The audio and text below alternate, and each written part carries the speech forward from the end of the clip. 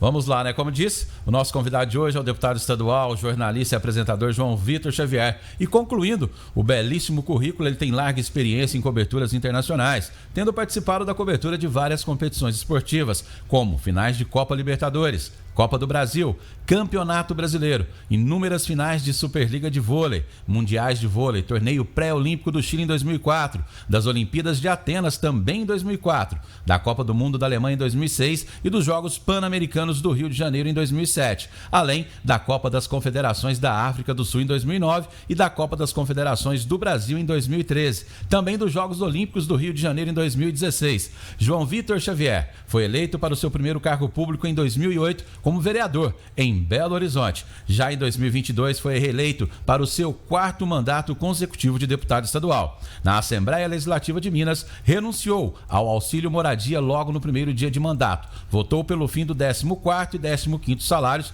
para os deputados, verba de paletó, e votou pelo fim do pagamento de participação em reuniões extraordinárias, horas extras para os deputados, e votou também pelo fim do voto secreto na Assembleia de Minas. É ele que recebemos agora aqui nos estúdios da Onda Oeste, no Jornal do Meio-Dia. João Vitor Xavier, seja bem-vindo, muito boa tarde e obrigado por atender o nosso convite.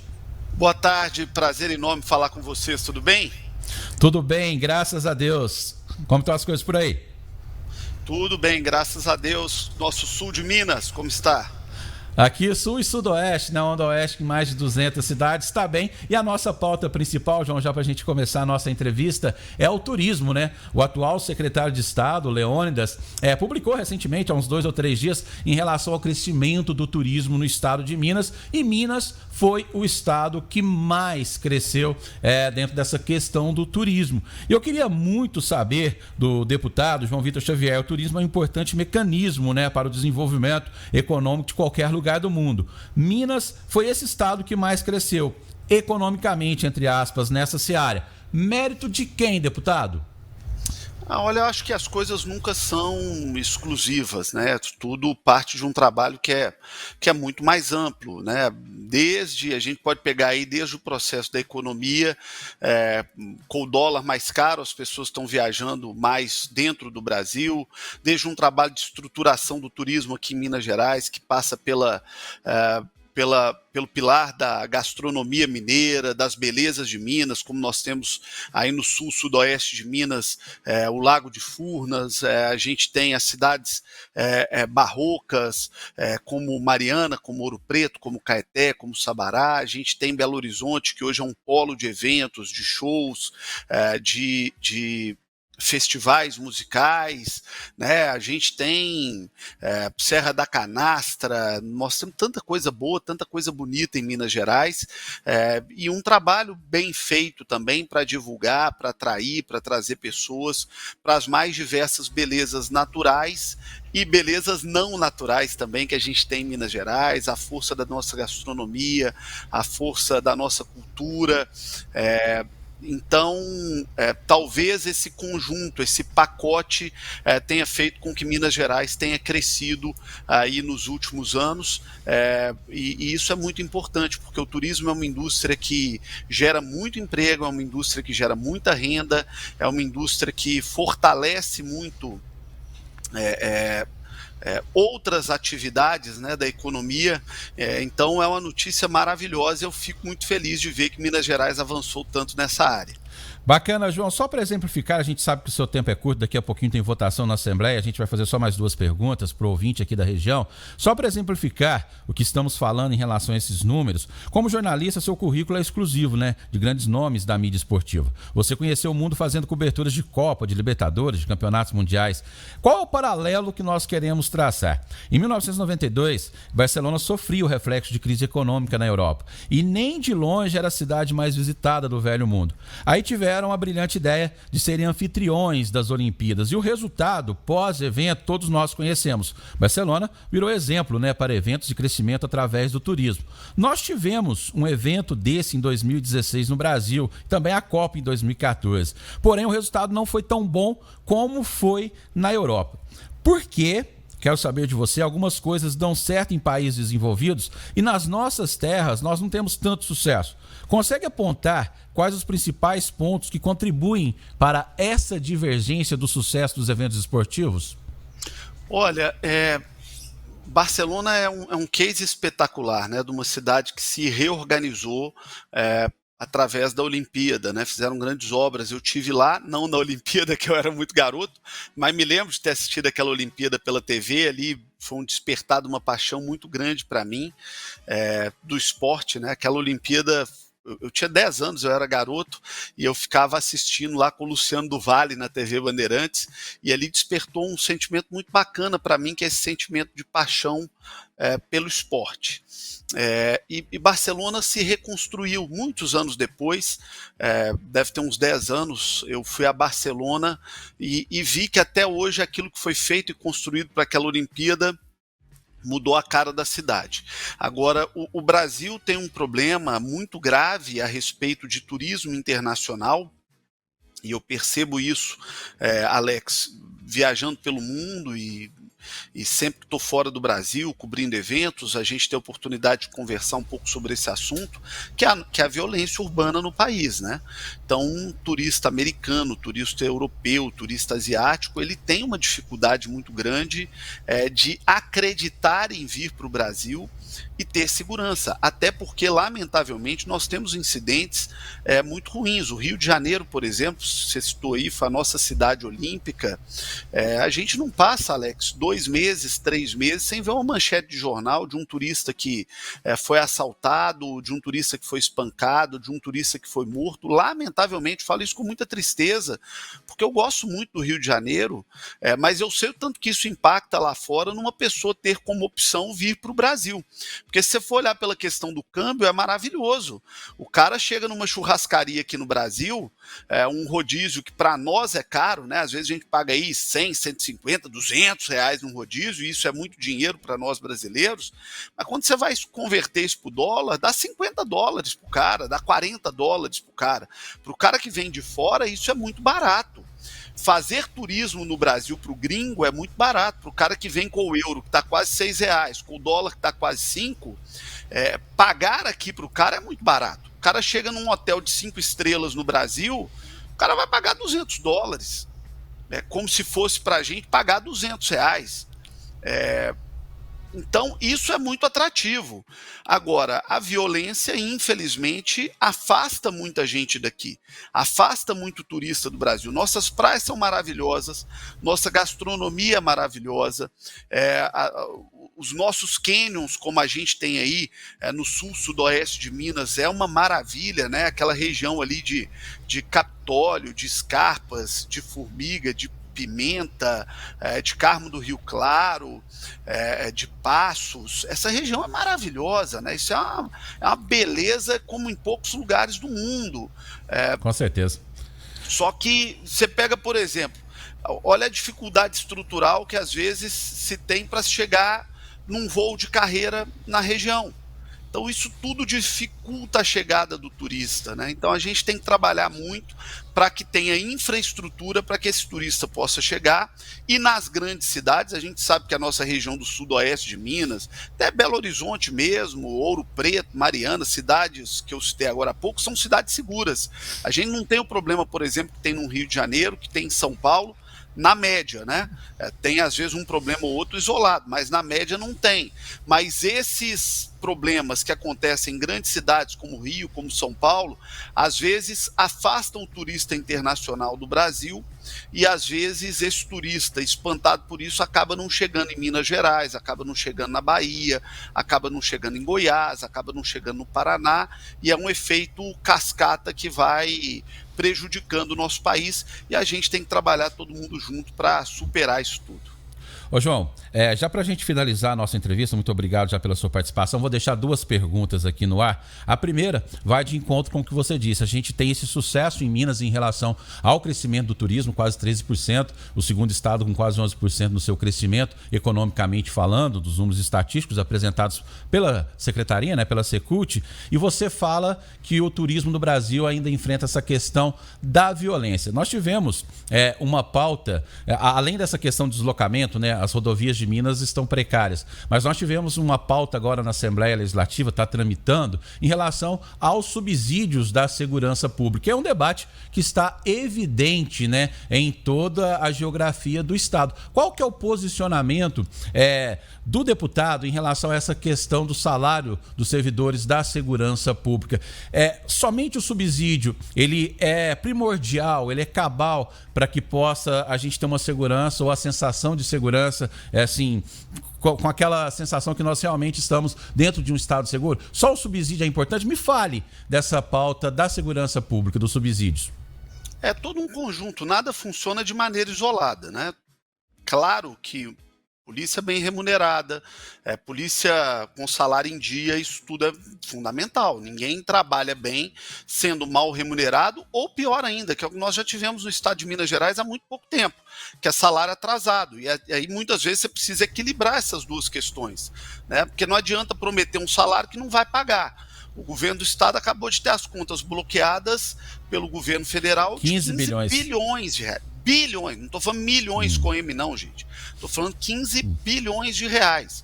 E aí eu imagino a situação do governador de sentar e falar o seguinte: olha, eu tenho um bloqueio de 15 bilhões, eu tenho uma dívida para pagar, eu tenho que pagar salário em dia, eu tenho que dar reajuste para o servidor. Tudo que todo mundo quer é que todo servidor ganhe cada vez mais, cada vez melhor, tenha umas melhores condições. Isso vale para o policial, isso vale para o professor, isso vale para o bombeiro, isso vale para o enfermeiro, isso vale para o médico que está no posto de saúde, isso vale para o funcionário da Secretaria de Fazenda, de Planejamento. Tudo que todo mundo quer é que o servidor receba o melhor possível. Agora, tudo que também não se pode querer é que se dê um aumento e que amanhã não consiga se honrar com esse aumento. Então, cabe ao governador, e é a ele, ao governador do estado, definir se cabe ou não na conta no final do mês, de cada mês, e no final de cada ano. Porque não adianta se fazer demagogia e fazer um projeto como esse projeto que está aí, dizendo o seguinte: fica autorizado o governador a aumentar. Se o governador depois não tiver o dinheiro para aumentar.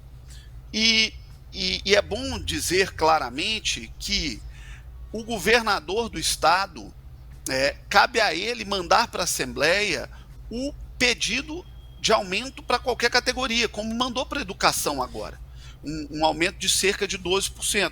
O que eu espero como deputado é que o governador apresente esses projetos com a realidade financeira que seja possível, se for possível de 10, se for possível de 5, se for possível de 20, mas que apresente aquilo que o governo depois vá honrar para que a gente tenha o trabalhador e o servidor com o salário em dia no estado, que a gente não volte a viver aqueles tempos que a gente vivia, que não sabia que dia do mês ia receber, não sabia se ia ter 13º, que chegava dia 20 de dezembro, não tinha 13º para pagar para o servidor.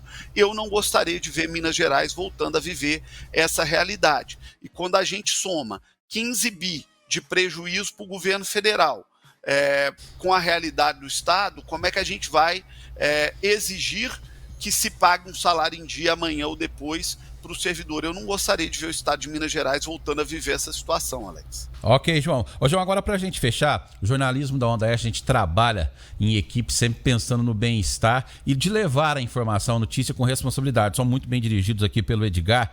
E a equipe aqui do Nosso Esporte, coordenada pelo Daniel Amorim, a gente não poderia deixar de falar com o João, deputado estadual, sem falar do João, apresentador da CNN, né?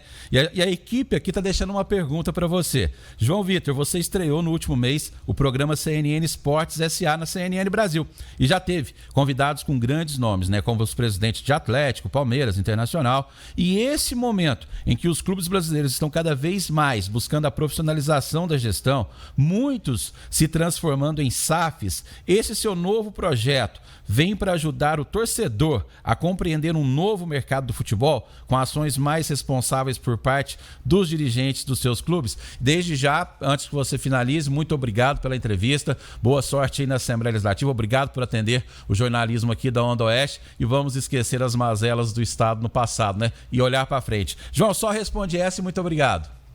Ô Alex, obrigado a você, é um prazer estar conversando com você, com os amigos da Onda Oeste e os amigos todos que nos acompanham em qualquer lugar de Minas e hoje do mundo, né? Porque a tecnologia fez muito bem para o nosso tão querido rádio, né? Com certeza. Que hoje leva para todo lugar, tem gente no mundo inteiro ouvindo, acompanhando pelas mídias digitais. É um projeto muito legal na CNN, a gente vive um momento inovador no futebol do Brasil, os clubes estão virando empresa, estão virando SAF, né? Que é a Sociedade Anônima do Futebol, então eles estão virando empresa, estão se tornando grupos econômicos mais organizados, a gente está aí na beira de ter uma liga de futebol no Brasil que também tende a organizar muito mais o negócio, o futebol e os campeonatos, e a nossa ideia é isso, é debater com profundidade que futebol a gente quer, para onde vai o nosso futebol, qual será o nosso futebol no futuro, para onde vai o nosso esporte no futuro. E a gente espera dar essa contribuição. Eu já recebi lá a Leila do Palmeiras, o Sérgio Coelho, presidente do Atlético. Nesse final de semana, vamos receber o presidente do Corinthians. A gente sabe que o Corinthians tem uma torcida muito grande no sul, sudoeste de Minas Gerais, né, pela proximidade com São Paulo, no centro-oeste de Minas também. Já recebi o presidente do Fortaleza, que nos apresentou um modelo muito bacana de negócio. Eu vi. O clube está se organizando, eu achei muito boa a entrevista com ele. E aí, quando eu falo muito boa, não pelo entrevistador, mas sim pelo entrevistado, né? O Marcelo Paz, que é um cara muito competente. Mas o entrevistador também, né? O entrevistador é esforçado, mas o que faz muito o brilho, competente. lá no caso do CNN Esportes, é o entrevistado, né?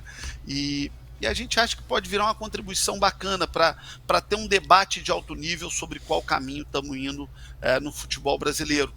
Porque, como citamos a questão aqui do negócio, sabe, do negócio do turismo, Alex, o esporte também é um negócio que gera muito emprego. A gente às vezes fica com a cabeça no jogador de futebol que tem um salário milionário. Mas a gente esquece do cara que está vendendo cachorro quente na porta do estádio. A gente esquece do cara que é o massagista do clube, que ali às vezes ganha R$2.000 de salário, um salário mínimo, e que vive daquilo ali. A gente esquece de uma profissional que às vezes trabalha na nutrição do clube, que trabalha na fisiologia, no departamento médico. A gente esquece da senhora que trabalha lá na cozinha do clube, ou do senhor que trabalha na cozinha ou como garçom do clube, do senhor ou da senhora que trabalha às vezes na faxina de um estádio de futebol. Então a gente não pode pensar o negócio, o futebol, só como os grandes e milionários salários dos jogadores de futebol. Mas a gente tem que pensar na infinidade de pessoas que às vezes ganham um salário pequeno, mas que dali sustentam as suas famílias, ou que ganham um salário médio, um bom salário, que são em profissões que não estão ali dentro do campo de futebol.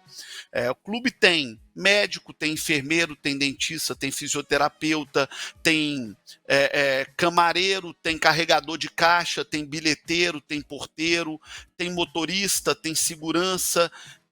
Olha a cadeia que está no entorno do futebol. Uma olha grande o tanto de indústria, emprego. né? Quando a gente fala do turismo, como nós citamos agora há pouco, Alex, tem o turismo esportivo. Claro. Ontem teve um América e Corinthians no Estádio Independência. Tinha cerca de 2.000 torcedores do Corinthians. O meu produtor do programa em São Paulo, na CNN, ele pegou um avião e veio para Belo Horizonte assistir o jogo. Então ele estava aqui em Belo Horizonte, ele comeu, ele bebeu, ele pegou táxi, ele se hospedou no hotel, ele deixou dinheiro na economia de Belo Horizonte. Então é o turismo gerado pelo esporte. Então o negócio esporte ele gera muito emprego. O taxista que trouxe, citei aqui o caso do meu produtor, que é corintiano, que saiu de São Paulo para ver a América e Corinthians no Independência. Na hora que ele pega um táxi no aeroporto de Confins, ele começou a deixar dinheiro na economia de Belo Horizonte. Na hora que ele vai passear para conhecer Belo Horizonte, ele está deixando dinheiro na economia de Belo Horizonte. Na hora que ele para num restaurante, seja um self-service do mais simples, ou seja num restaurante sofisticado e caro, ele está deixando dinheiro na economia. Ele deixou os 10% do garçom, ele garantiu o emprego do cozinheiro, ele garantiu a receita e a renda do dono do restaurante. Na hora que hospeda num hotel, tem todos aqueles profissionais ali do hotel que são impactados com aquilo. Então, o esporte tem essa característica, ele movimenta muito dinheiro, ele movimenta muitos negócios. Tá certo. João Vitor, muito obrigado, Deus abençoe você e a gente conta com mais entrevistas no futuro aqui para a Onda Oeste, tá certo? Só me chamar sempre que quiser, vai ser um prazer a gente estar junto com vocês. Muito obrigado pela oportunidade de falar para todos os amigos da Onda Oeste. Obrigado por falar com você, viu, Alex? Prazer foi todo nosso. E que eu sei que também tem um trabalho político muito bonito, muito importante aí em Alpinópolis. Não sei nem se eu podia estar falando isso aqui, mas peço licença para registrar o seu trabalho como parlamentar, como vereador, como alguém que luta pela sua cidade. Faço questão de reconhecer o seu trabalho, a sua luta, o seu empenho pela sua cidade e o seu esforço como homem público para levar boas coisas e para representar bem a sua região. Tá certo. Tá aí, você conferiu a entrevista com o brilhante jornalista e deputado João Vitor Xavier.